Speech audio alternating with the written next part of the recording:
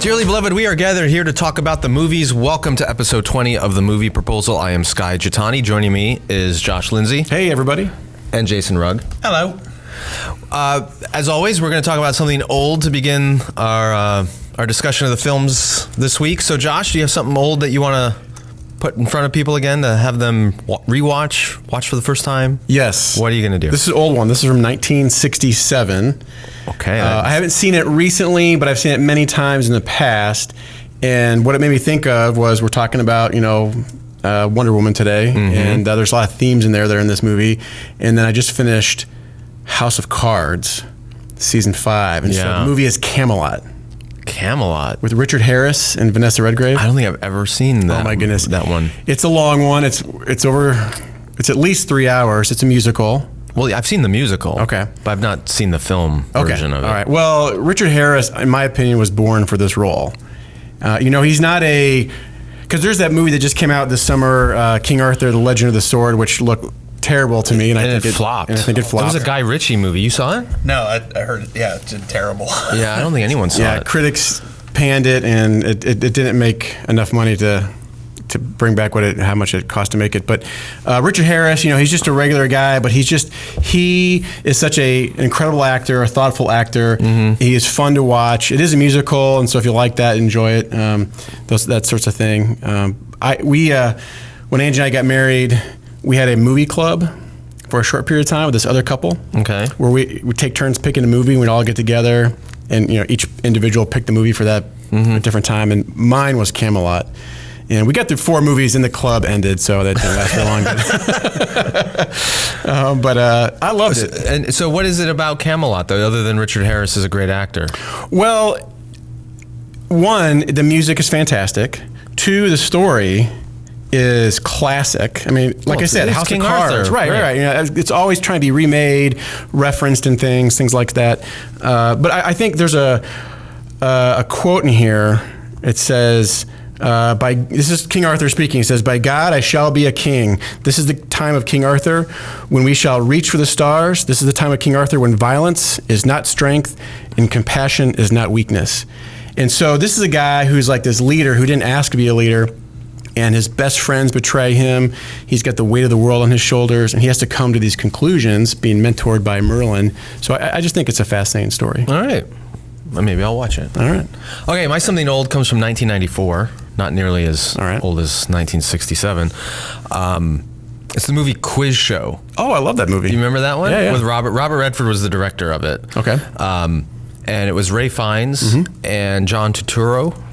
And it's a true story of a game show in a television game show in the 1950s called 21 that turns out was rigged. And they were giving the answers to one of the contestants who's kind of this all-American character. And it's kind of all the intrigue that goes on behind the scenes and the glamour and kind of newness of television in the 1950s and the way it captured the American spirit at the time. But behind the scenes, it's all fake. It kind of manipulates it. Very Hollywood. Very Hollywood. And it sort of reminded me of even the era we're still in today, where there's so much manipulation of media, and it's different than it was obviously in the 1950s, but how easily people buy into what they want to believe is true.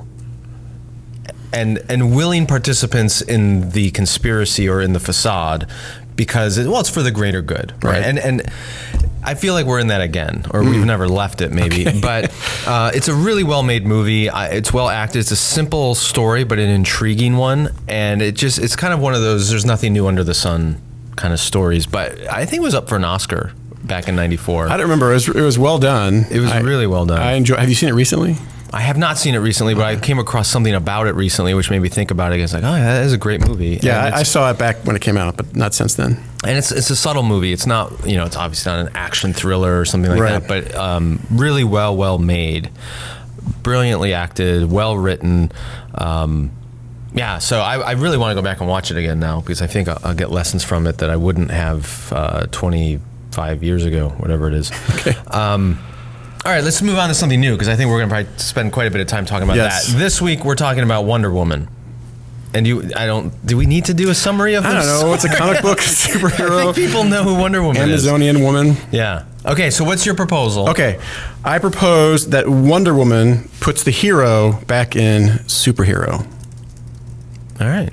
You're always so succinct and like just boom. Why try? You try it. I didn't edit mine. Mine's a little longer. All right, go for it. Okay, I propose Wonder Woman is the closest a DC movie has come to recapturing the magic of Richard Donner's 1978 classic Superman the movie. Okay. I would agree with that. So, I mean, that's a long time, 1978. I mean, there's been a lot of DC movies since then. Well, even since Chris Nolan? Yeah, I mean, I think the Batman, the Dark Knight series that Christopher Nolan did is phenomenal. I love those movies. I think they're incredibly faithful to the Batman character and were just wonderful. But Batman being Batman, it's kind of dark, as it should be. Yeah. And kind of brooding and depressive and all that. It's just the Batman character. Whereas Superman, Christopher Reeve, 1978, Richard Donner film, it was hopeful, and it was really what created the superhero genre of movies, right? It was hopeful. It had a fish out of water quality to it. It was a reflection on humanity. And I feel like this, and Patty Jenkins, who directed Wonder Woman, explicitly said that her greatest inspiration was Richard Donner's film. Oh, really? Yeah, and you can see there's even an homage to it in that scene where they're in the alley and Wonder Woman protects. Oh, right. It's straight out of that movie. Yeah, so there's that going on. So, but I think she did a great job of taking the Wonder Woman character and infusing the film with a hope and an optimism and a fun factor without just making it wasn't campy like, you know, the 1960s Adam West Batman, for example. May he rest in peace. May he rest in peace. Yes. So there's like Marvel's done a really good job of that. I think of capturing the action with the humor, with the optimism, with the grit. They do those movies well. But DC up to this point, I think they got locked in because of the success of the Dark Knight series that they felt like, well, now all of our characters have to be dark, depressed, and suicidal. We'll go the other direction. Right. So Man of Steel and Justice League and all, they just didn't get it right. I think Wonder Woman did. In fact, after watching the movie, excuse me, I think I may have tweeted this, but I just felt like put Patty Jenkins in charge of all the DC movies, because I think she carries the right vibe for these films that Zack Snyder just doesn't, I don't think, is the right person for him. Do we know what she did before? She's only done, I think, 2 feature films before. Give me 1 second. All right, why don't you check it out? She's done a lot of other TV shows. Okay. She directed Monster, 2003. That's a dark one. Yeah, very dark. Then she directed a TV movie called 5, and she's directed episodes of The Killing, Betrayal. The Killing? 1 episode of Arrested Development. Oh, see, that's interesting. The Killing and Arrested Development are like 2 of my favorite shows. Oh, there you go. They're a little bit different, though. They're extremely different. She's versatile. Yeah. I mean, that's the thing. When you watch Zack Snyder's movies, they all have that same tone. Yeah. Which says, okay, he does one thing and he can do it well, but if you match it with the wrong character, it doesn't work. I'm only familiar with that he did. I didn't see it, but 300 and The Watchmen. Right. Did you see either one of those? I did. Okay. And again, they're all dark. Okay. And they're all. Were they any good? I mean, I don't know the Watchmen story of us, so I'm like, oh, I didn't care for it all that much, and I didn't really care for 300 because it's just not my kind of movie. Sure. But I can see why he was the director for those movies, because they both call for a dark kind of tone to them. Superman does not. I mean, Superman has some reflective, maybe some darker moments, but overall, it's supposed to be a hopeful, bright. You know, they call him the Big Blue Boy Scout for a reason, and Well, his father is sending him to Earth to save, right. Yeah, there's humanity. a Messiah complex in this whole thing. So it's a little bit how I feel about recent James Bond movies with Daniel Craig, which is the old James Bond movies. Some of them were really campy, some of them were more serious, but there was always this twinkle in the eye where James Bond, whoever he was portraying him, you could tell like he kind of enjoyed what he was doing. Okay. Right? Whereas Daniel Craig, it's just like he hates it. He was tired. He hated the whole experience, and I mean that like in the character, not just him as an actor. Right. You look at Bond and you go, man, this guy just doesn't want to be doing this today, and it takes the joy out of it a little bit. Yeah. And that's what I feel like he did with Superman. Is like at the end of that first Richard Donner Superman movie, you remember the famous closing scene where Superman's flying, there's a sunrise over the horizon, Superman's flying through space, and he looks right at the camera and he smiles with his pearly white teeth, and then flies off screen. He breaks that wall where he looks right at you. Yeah, and there's like that moment where you're like, oh, he really likes flying. Like he likes being Superman. That's cool. Whereas in Man of Steel, you just felt like, oh, poor guy. That's right. What a tough burden. Right. Well, the humans were spying on him. And that's when he had to bring that satellite dish down. Yeah. That's how it ended. It was like, look, we're going to have to figure out how to work together here. Right. It's like, oh. So I think Patty Jenkins with Wonder Woman did not make that mistake. And we can talk in detail, but why don't you kind of elaborate on your proposal? Well, I was just thinking back to superhero films. And so, yes, I agree with your proposal comparing it to the Richard Donner Superman film. I think the Christopher Nolan Batman films, even though they're not necessarily about hope, like in The Dark Knight, I mean, he takes on a role so that there can be hope. Yeah. Right? And so he's not a hopeful superhero, but he's willing to do that where it's not. Yeah, but Batman, like those movies fit Batman. Right. They're brilliant movies, and the tone of them is right for Batman, and I love that about those movies. So I think those are probably the exceptions, but even like with the Marvel ones, I was thinking of, well, first of all, Man of Steel. I mean, he seemed kind of wishy-washy, not sure that he wanted to be here, not sure if he really should care about these people or not. In Batman vs. Superman, his mother says something to the line of like, help them. Yeah, they don't deserve you. Right.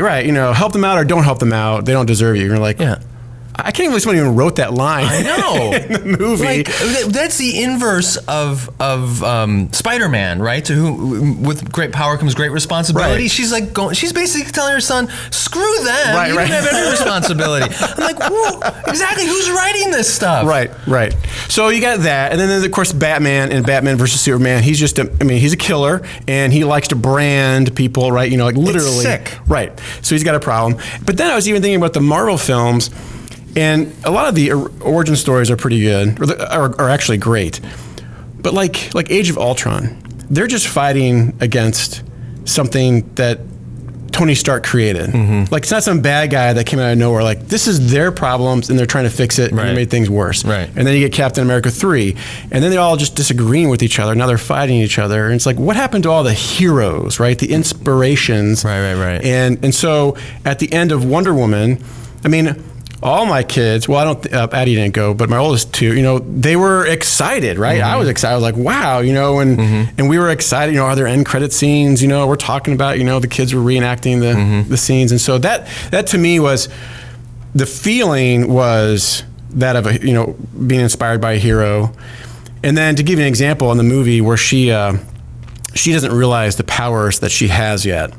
And she is willing to go into no man's land, risking her life because she doesn't realize, she believes that she could get killed by a bullet, but she goes out there anyway. She does what every man is afraid to do, and that was probably one of the best scenes of the film, where she runs out there with the shield. Fantastic. Yeah, and I read they were going to cut that scene.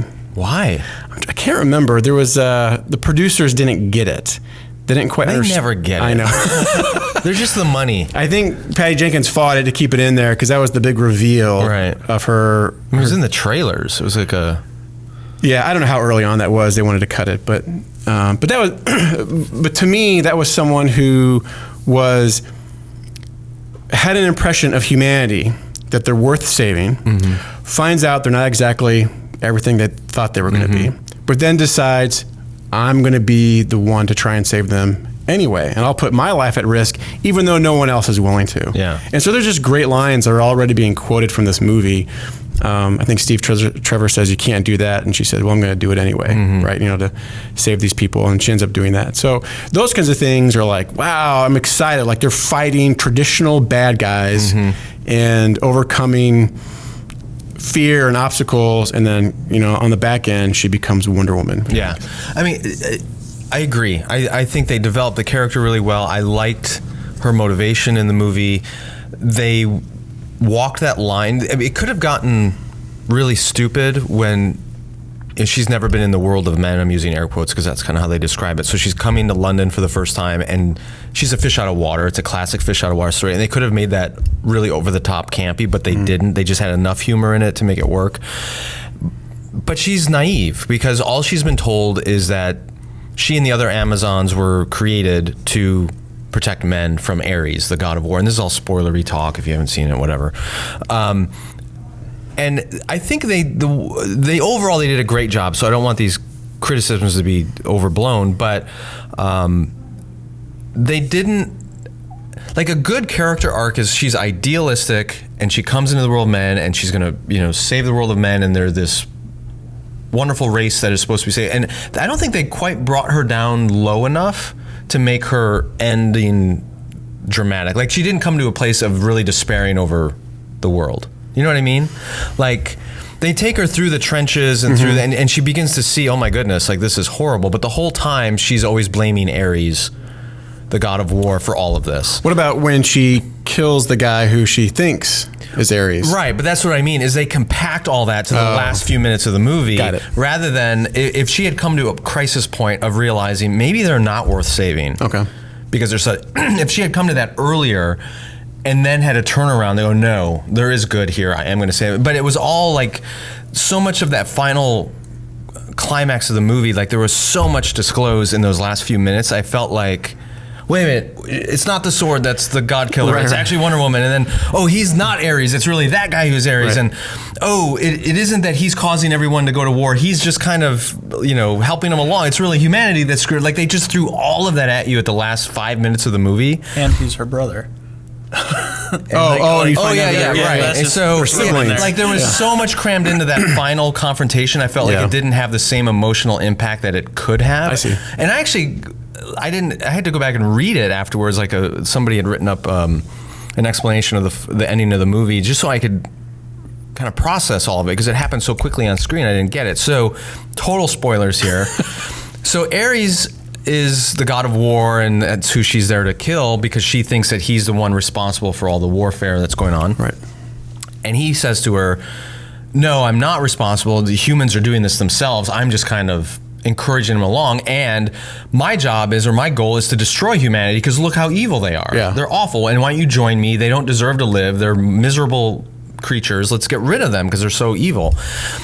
As he's saying that, Steve Trevor is flying off in an airplane that contains who's very similar to Steve Rogers. Yes, he is. Go ahead. So he's flying off in this German airplane that's filled with chemical weapons that could, kill millions and millions of people. Just like Captain America. Just like Steve Rogers. Yes. And Wonder Woman sees him, flying off in this plane, and he chooses to destroy the plane when it's way up in the atmosphere and basically commit suicide in order to destroy the chemical weapons so that nobody will be harmed by them. And Wonder Woman sees him sacrifice himself for the sake of humanity and saving them. And she's inspired by that and realizes, no, they're not all evil.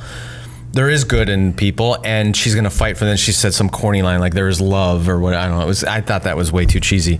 But that inspires her then to defeat Ares and protect humanity, because as fallen and broken as humanity is, they are still capable of good. Look at Steve Trevor. Right. Who just like, there was so much that happened so quickly that you didn't really savor that arc in her character. Okay. Like, she's basically throughout the movie totally pro-human, like, we gotta save humanity, we need to stop Ares, and then in the last few minutes all of this complication is added to the decision, only for her to come back and say, yeah, well, I'm gonna save him anyway. And I didn't think they could have stretched that out better and made it more of an impactful kind of decision. However, that's pretty much my only criticism. Okay. I mean, and that's not a big one. It was still worked. No, I thought they got away with it. Here's my criticism. And my son pointed this out before I even said anything. And this is stupid, but Ares, Jason, did you see it?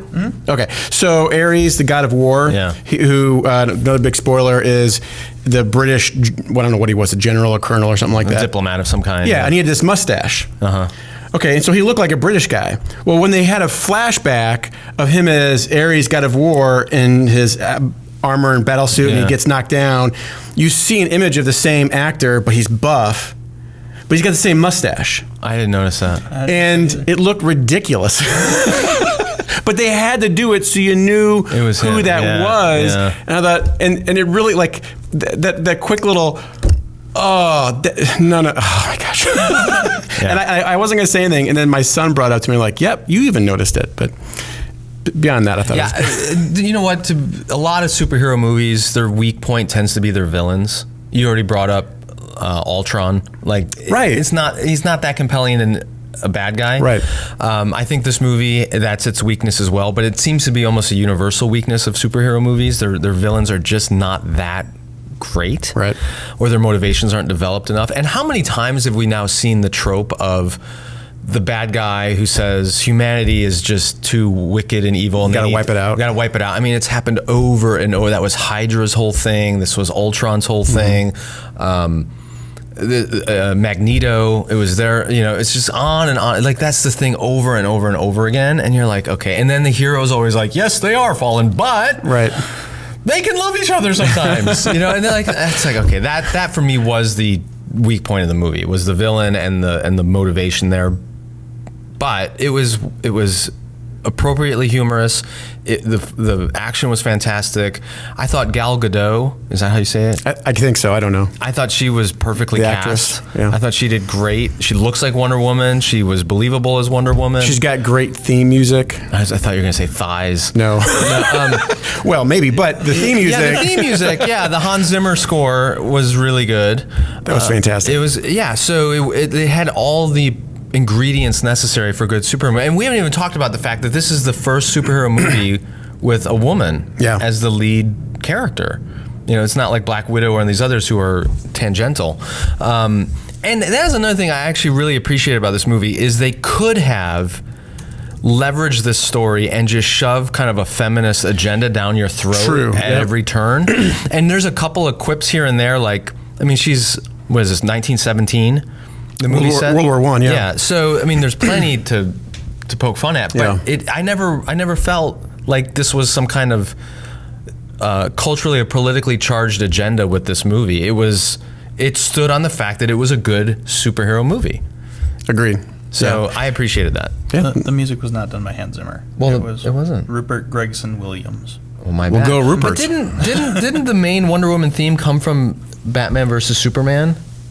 I think it was in there. Yeah, he scored that. So did Junkie XL. So there are like 3 different composers involved in this. Well, I want to know who scored her theme. Who did Wonder Woman? Yes. The main theme. We gotta get that. All right. Anything else on Wonder Woman? No, I liked it. I recommend it though. So. I do too. Okay. Something borrowed. Yes. So this is from Relevant magazine. Yeah. So this current month, June 2017, the unnoticed parallels between Diana's upbringing and the average, I got the title cut off. The average Christians? The average Christians. I think it was average Christians' view of something. Oh, okay. I'll look it up. You keep going. Okay. All right. So what they're doing is they're comparing a view of heaven and Eden and the world we live in, and then how that relates to Wonder Woman. And once again in here, they start with the scene in no man's land where the British are too afraid to go into the battlefield because they just can't do it. They call it no man's land. The enemy is too powerful, and she decides that she's going to do it. Actually, you got it right. Oh, did I get it right? The subtitle is The Unnoticed Parallels Between Diana's Upbringing and the Average Christians. Oh. Meaning the average Christian's upbringing. Okay. What was the title? Eden, Evil, and the Surprising Message of Wonder Woman. There we go. But in the first paragraph, it says, it's not every day you see a superhero doing something truly heroic, which that resonated with me because that was the whole thing. She's like, wow, she's actually being a hero in this movie, not trying to clean up a mess or that sort of thing. So, but you read this one because I did. All right, great. Okay. So he goes into, talks about an essay from Don Hudson. Do you know who that is? No. All right. From 1996. And this is a quote, "Innocence and redemption. Eden is a place of innocence, perfect in the sense that it has no concept of evil. Heaven is a place of redemption, perfect in the sense it has a very clear concept of evil and has overcome it. The trick for us," he says, "is to live between the two." Right. All All right. So then he goes on to talk about holy discontent. So you want to talk about that? Yeah, it's the idea that we long for a perfected world, or we long for a world that's redeemed, but we live in a world that is still a mix of good and evil. The story that comes to my mind is Jesus' parable of the wheat and the weeds. I just wrote a devotional on this. He says the kingdom of God is like a man who sowed wheat, and then while he slept, the enemy came and sowed weeds in the same field, and so both are growing up side by side, and the farmhands come and say, well, should we rip out the weeds? And he says, no, because you'll destroy some of the wheat in the process. Let them grow up together, and at the harvest, we will separate the wheat from the weeds. And so the holy discontent is kind of this idea that we long for a world where there are no weeds anymore, but we must endure in one until a time that is to come where everything will be made right. So the good and the bad, the righteous and the evil kind of coexist side by side, and we need to recognize that, not deny that. So, and he talks about that recognition of it, where it's not you're not sticking your head in the sand, right? Ignoring the evil that's going on, and you're also not, sticking your fingers in your ear saying la la la. Or how did he compared? One of them was looking back towards Eden. Yeah. And the other one was looking towards heaven. And he said you had to live in the now, where you had that recognition, and that's what he described as holy discontent. And the parallel to Diana's upbringing in Themyscira, the paradise island with all the Amazonians, is that it was this perfect paradise. And she was more or less presented a very dualistic view, where their world is perfect, man's world is bad, and that it was a simple black and white kind of view of things.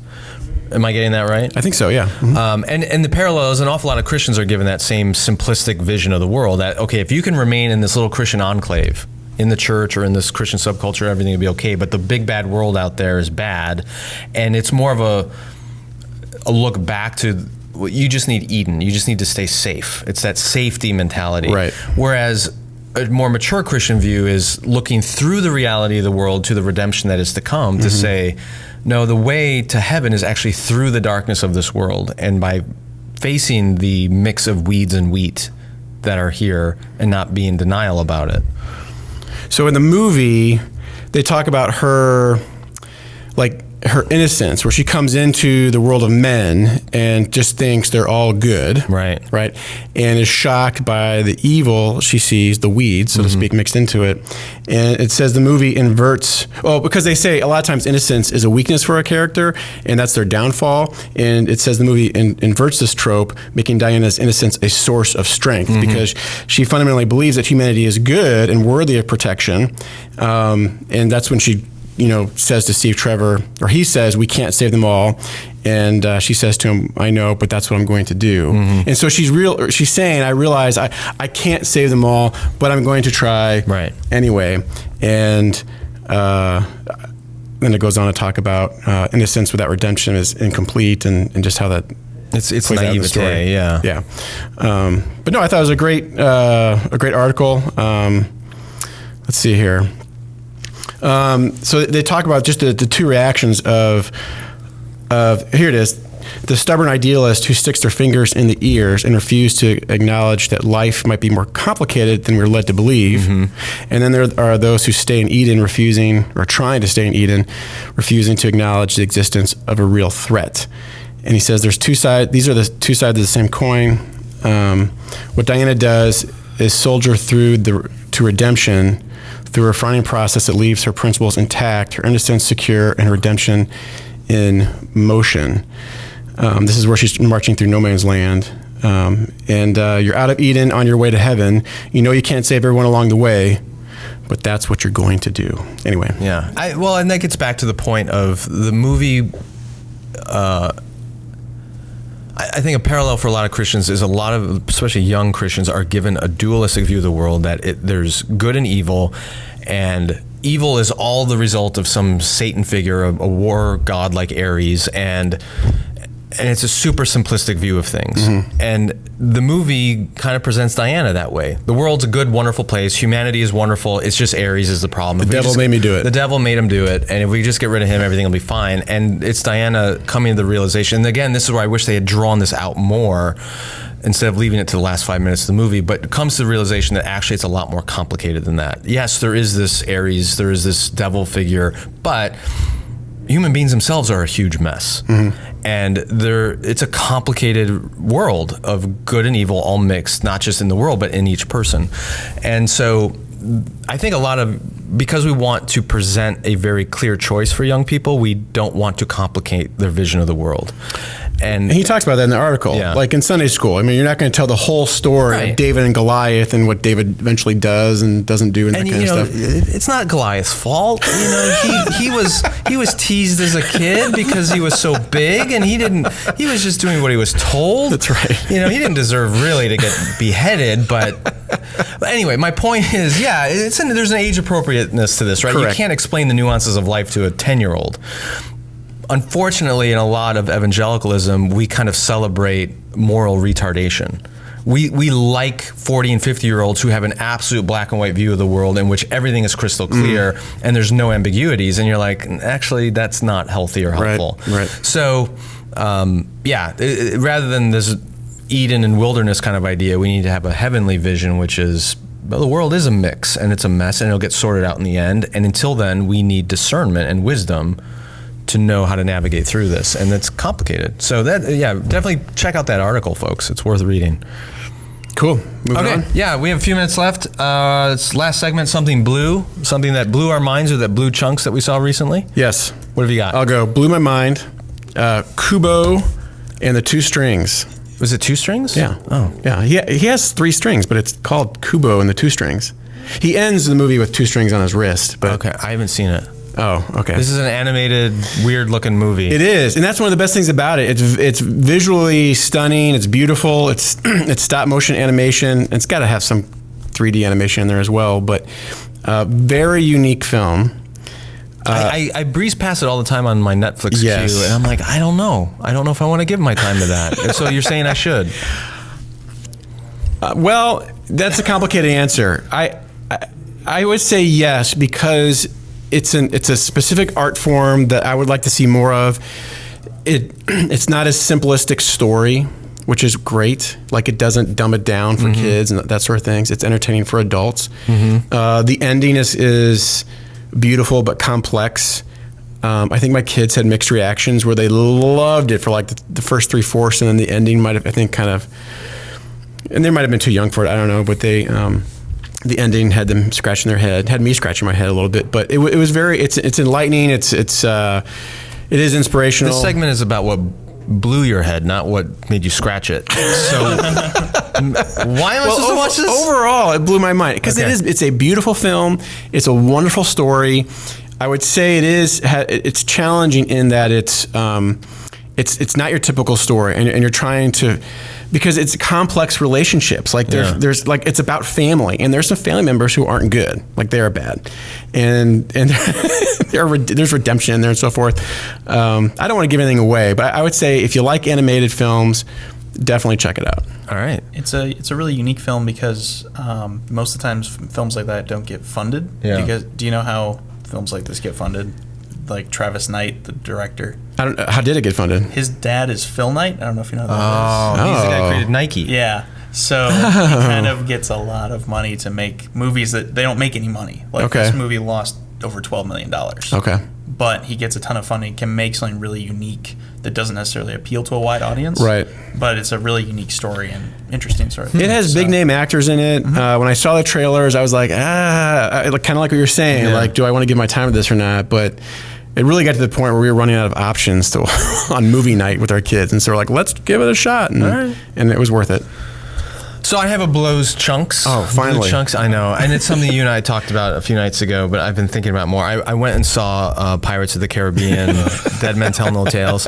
Now, let me be upfront. I like me some pirate movies. All right. I liked the first 3 pirate movies. I know a lot of people liked the first one and didn't like any after that. I'm in that camp. Yeah, the first 3 I actually liked because they're just summer popcorn adventure movies. Johnny Depp is obviously fun as Jack Sparrow, but the first 3 movies had what they were criticized for, especially the second 2, was the plots were super complicated with Davy Jones and all these weird characters, and you got to get this heart and this chest and they were complicated movies, and I was like, that actually I kind of liked, because it wasn't just dumb, mindless summer blockbuster movie. Like, there was really thoughtful plot put into the twists and turns. It almost felt like a complicated espionage movie set in a Pirates of the Caribbean. So I liked them. The 4th movie, which was On Stranger Tides, was just stupid. It was just a waste. So then this new one comes out, Dead Men Tell No Tales. And this is number 5. This is number 5. Right. And I went with my son. I enjoyed it when I was in the theater because it's like, okay, this is fun. It was fun. I ate popcorn. It was fun. But then I started thinking about the story, and I realized there are just massive, ridiculous plot holes that were stupid that I won't even explain in here. And so it took what I liked about the first movies, the complicated plots, and they just kind of like, no one cares. We're just going to have these massive plot holes that no one's going to think about, because this is going to make a ton of money in China, where we just opened up a Disneyland, and they're going to love it because Johnny Depp is a bumbling moron, and we're going to make tons of money. So we don't need to try that hard. And that made me angry. And here's the other thing. I did mention this to you before, and it's so true. I think what made the Jack Sparrow character so appealing in the original movies was he appears to be like a bumbling moron who drinks too much and is an idiot. But you find out that it's more or less an act, because he's using that to make you lower your expectations. He's secretly brilliant, and he's conniving and deceptive, and he's a trickster, and he actually steals the ship when you think he's a bumbling moron, right. And you realize it's all a facade for his brilliance, right? But I think as the movies have gone on, especially in this latest one, it's clear he's just an idiot. And when he finds himself in a bad situation in this new movie, he doesn't get out of it because he's smart. He gets out of it by dumb luck, by sheer luck, and that's not nearly as fun. As it kind of reminds me of, if you remember Empire Strikes Back, when you first meet Yoda, and when Luke crash lands there, and he thinks Yoda is just this pesky, meddlesome, goofy little green guy, and then he's shocked to find out that he's the Jedi Master he's been looking for, and you realize Yoda was just putting on an act this whole time to kind of draw.